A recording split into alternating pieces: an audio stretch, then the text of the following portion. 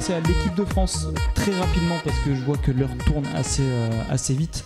Donc la liste des 24 bleus, je vais vous la faire très rapidement. Donc les gardiens, Alphonse Areola, Steve Mandanda, Hugo Lloris, donc absence de Costil à noter notamment. Pour les défenseurs, Lucas Digne, Christophe Jallet, Kipembe, Koscielny, Kurzawa, Sidibé, Umtiti, Varane. Milieu de terrain, Kanté, Matuidi, Pogba, Rabiot, Tolisso et Lemar. Et en attaque, Coman, Fekir, Giroud, Griezmann, Lacazette, Mbappé et Florian Thauvin. Voilà messieurs pour la liste de l'équipe de France. Du classique. Classique, moi il y a deux petites interrogations, c'est Jallet et Coman. Ouais. Après c'est sûrement parce que c'est des habitués des listes, donc il reconduit la confiance comme d'habitude. Pour Jallet... Le débat sur Jallet avec Aenis, c'est pas terrible quand même depuis. Surtout qu'il joue latéral gauche, donc forcément c'est compliqué. Il a joué latéral droit contre Naples à l'aller, il a pris tempête. Ils se sont fait marcher dessus. Ils se sont fait marcher dessus clairement. Après, encore une fois, moi arrière droit, tu veux mettre qui à la place de Jallet? Enfin, aujourd'hui, tu veux prendre qui? Et t'as Corchia, Séville que j'attends de voir. Ouais, voilà, mais pareil, t'attends de voir, donc tu sais pas trop. Mais t'es quand même une année de Coupe du Monde, donc je pense que Deschamps, s'il commence à prendre ses marques sur ce groupe-là, il y a de fortes chances pour que ça change pas jusqu'à la fin de l'année. C'est clair. Donc à noter, en fait, la plus grosse absence, c'est celle de Dembélé, clairement, sur cette liste-là.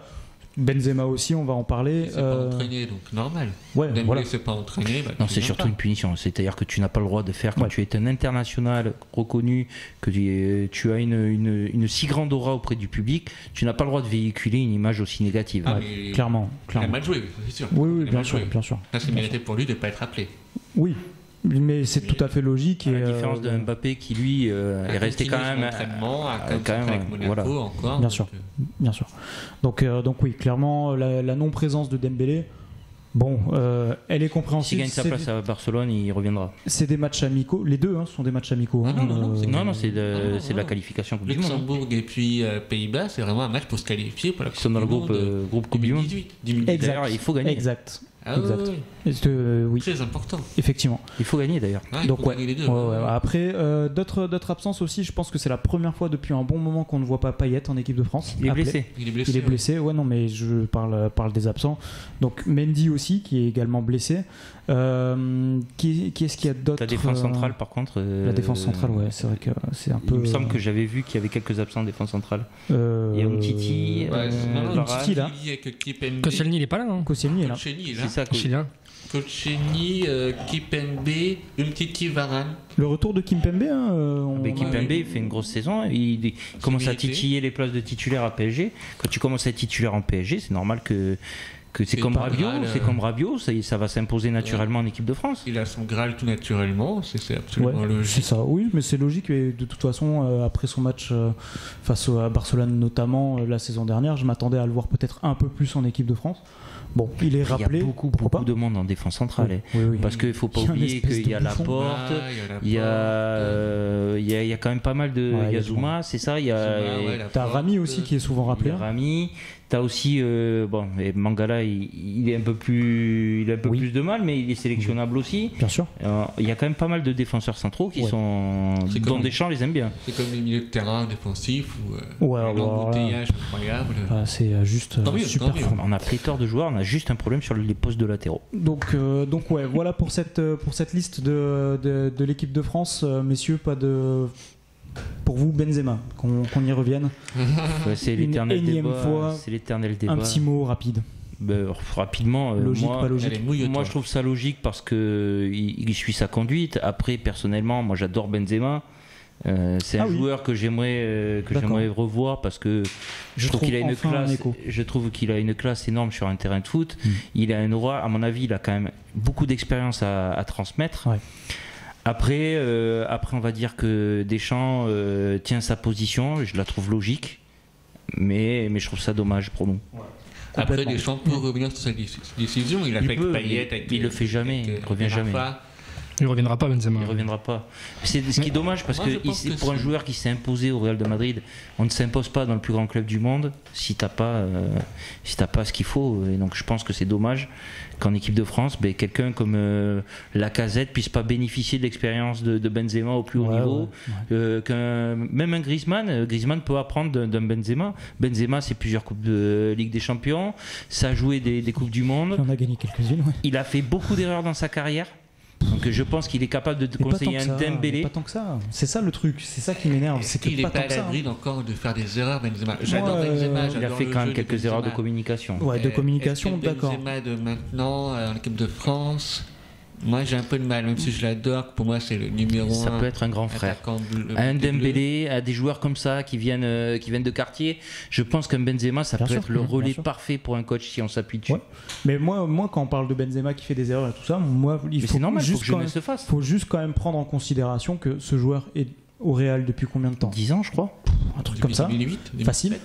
Est-ce qu'il y a eu une fois un scandale avec le Real Madrid et Karim Benzema, et pourtant il y a eu des entraîneurs qui l'ont mis sur le banc pendant des saisons entières. On n'a jamais entendu parler du cas Benzema en termes de comportement. Il s'est imposé face à Real Madrid et pas en équipe de France. C'est quand même le club le plus médiatisé au monde.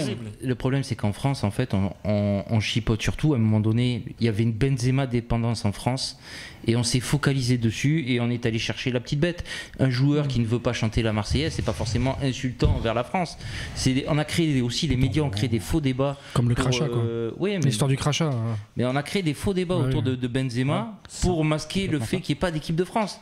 Et donc du coup, celui qui en a pâti le plus, c'est Benzema. Oui, complètement. Et on peut parler quand même, à comparaison, tu parlais d'un joueur qui ne chante pas la Marseillaise. Prenons Tony Parker par exemple au basket, ne chante absolument jamais la Marseillaise. Il n'y a jamais personne qui l'en fait chier. Donc à un moment donné. Non mais la Marseillaise, moi sur la limite je m'en tape. Ouais, on s'en fout. Mais le comportement qu'il a quand il est remplacé, qui fait la gueule, alors que Giroud le prend très bien.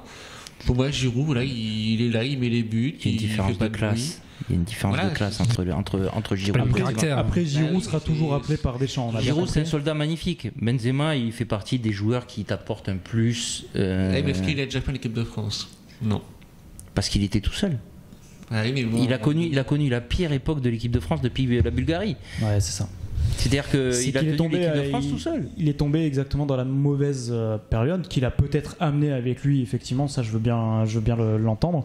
Mais je pense qu'aujourd'hui, et on ne reviendra pas sur cet euro, mais si sur la pelouse c'est Benzema et pas Gignac, à un moment donné on peut le gagner cet euro. C'est poteau rentrant peut-être. Et si c'est Benzema qui est en équipe de France, peut-être qu'on ne va pas en finale. Peut-être. Ouais, non, mais c'est sûr.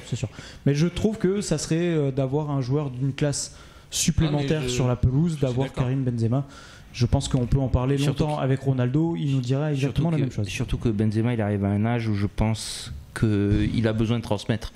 Moi j'ai senti vraiment chez lui beaucoup de déception de ne pas jouer le roi à domicile. Bien sûr. Et pour la première fois j'ai vu un Benzema sensible.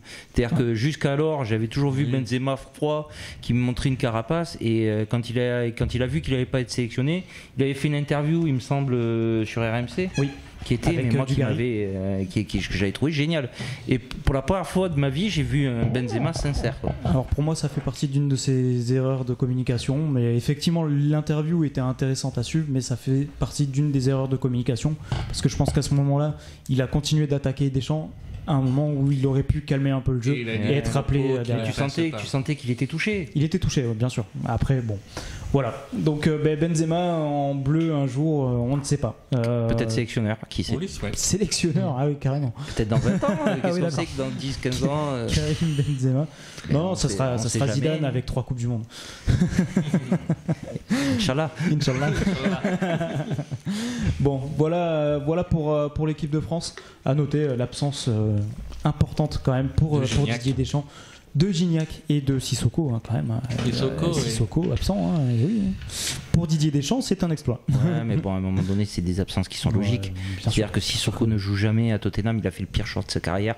Il n'arrive pas à partir de là-bas. En plus, ouais. Donc c'est quand même très compliqué pour lui. Alors qu'il avait des belles offres du côté de Marseille notamment. Et Gignac, lui, pareil, voudrait partir, il me semble, du Mexique. Et il lui reste peu de jours. Et je sais qu'on en parlait en début de mercato en France dans pas mal de clubs. Donc c'est peut-être le signe qu'il voulait être peut-être plus exposé médiatiquement. Parce que mine de rien, Gignac, c'est certes un soldat à Deschamps, mais ça commence à pousser derrière. Oui, mais il a déclaré, Gignac, que c'est très bien qu'il ne ferait pas la Coupe du Monde 2018, que les jeunes arrivés. C'est un super soldat, honnêtement. Moi, je suis Deschamps, tu le connais pas. Soldat, il en a déjà un devant avec Giroud. Je vois pas pourquoi il irait remettre Gignac.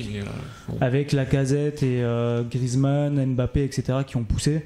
Non, je ne les vois pas. Je ne le vois pas rappeler Gignac. Non plus. Donc voilà pour cette liste de l'équipe de France. Cette magnifique liste. Cette magnifique liste, magnifique. Moi, je sais pas. Logique. Logique, clairement. On va passer. On va peut-être faire une petite pause et puis après on fera le débat sur les réseaux sociaux parce que là on est en sueur, on n'en peut plus, il fait méga chaud. Donc voilà. On fait sa vie tranquille. On a juste quelqu'un au standard pour vous expliquer. On lui passe le bonjour s'il nous écoute. Donc voilà. On va faire une petite pause. On revient dans 5 minutes pour parler des réseaux sociaux et pour le petit jeu où Aurélien va prendre sa douille. Grosse douille. Grosse douille. Allez. Super. À dans 5 minutes.